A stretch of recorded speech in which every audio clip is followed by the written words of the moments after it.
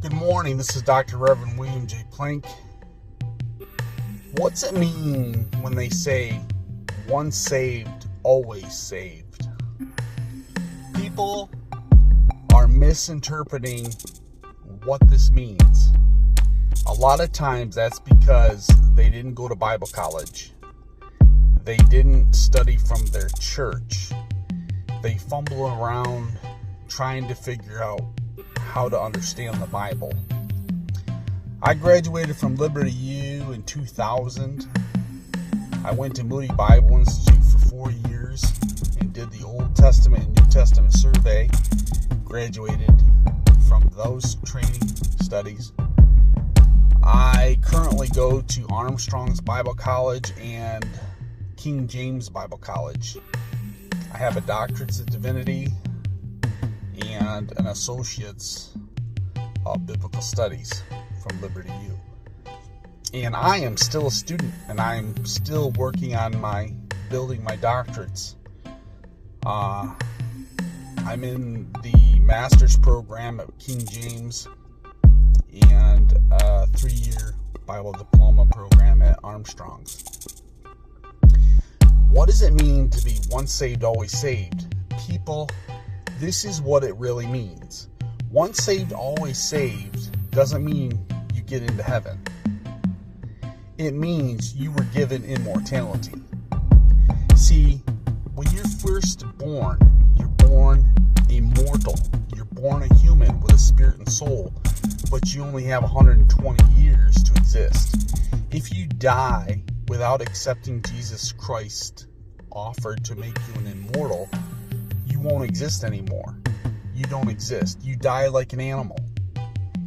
When you're first born in the earth, you're born just like the animals. You only have 120 years to exist.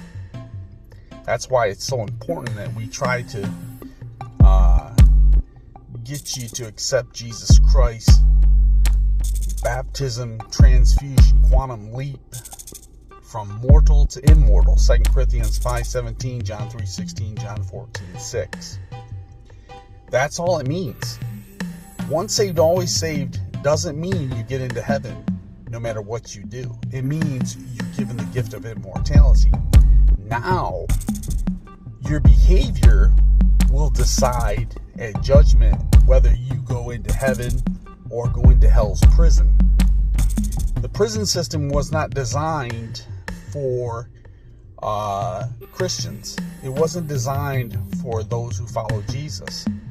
But because God cannot allow immortals to live and exist forever in heaven, he had to put them someplace. So he put you with Lucifer's fallen angels and Satan in hell's prison system forever. That's the truth. It was the only way he could make immortality in heaven divine love, joy, peace, no sickness, no sorrow, no crime. That's the only way he could do it. And that's the real truth.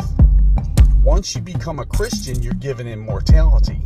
But your immortality is got two places it can go. It can go into hell's prison system, or it can go into heaven with Jesus. Now, John chapter 15 says, Jesus is the vine and you are the branches. But if you don't continue to obey the commandments of God, Deuteronomy chapter 28, 1 through 14, and 15 through 56, and Matthew chapter 5, verse 18 and 19, and James 2:10, you will see that your behavior decides your immortal placement forever in existence. So yes, you don't lose immortality, but you are judged by which existence you will stay in forever. It's serious. God is serious. He is not to be mocked. Remember Sodom and Gomorrah. God destroyed the whole city. God destroyed Pharaoh's whole army with a flood from the ocean. God is not some Barney dressed up in purple.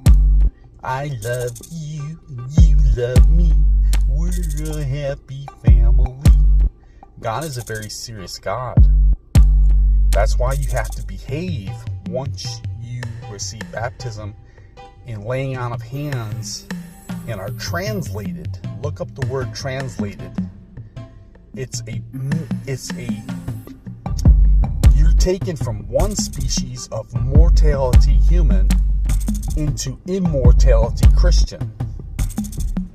Christian means anointed one. It means immortal one. A demigod. That's what a demigod is. I know they say that demigods are a myth. No, they're not. Jesus was a demigod. He's the king of the demigods.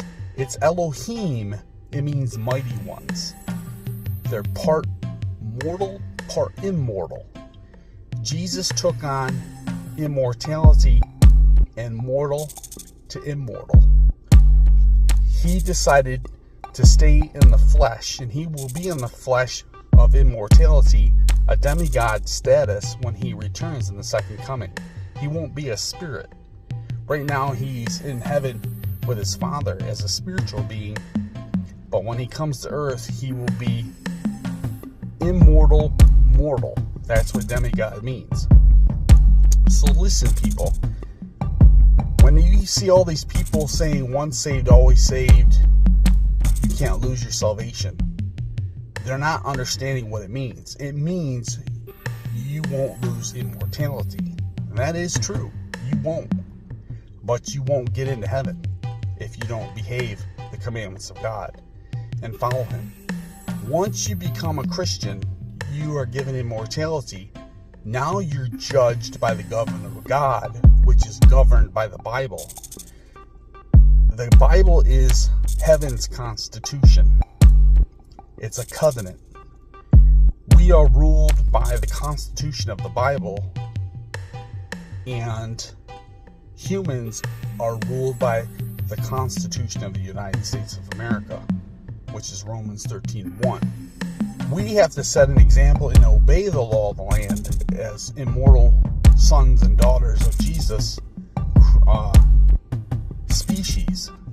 We are the Jesus race. That's what Christians are. Our proper name is called Hebrews Melchizedek, priesthood. That's what Jesus' immortal demigod priesthood is. We are Melchizedek priests, sons and daughters. Melchizedek means kings and queens of righteousness. That is Hebrews 7:17 through 21. So remember, that's what it means to not lose salvation. Thank you, and Jesus richly bless you.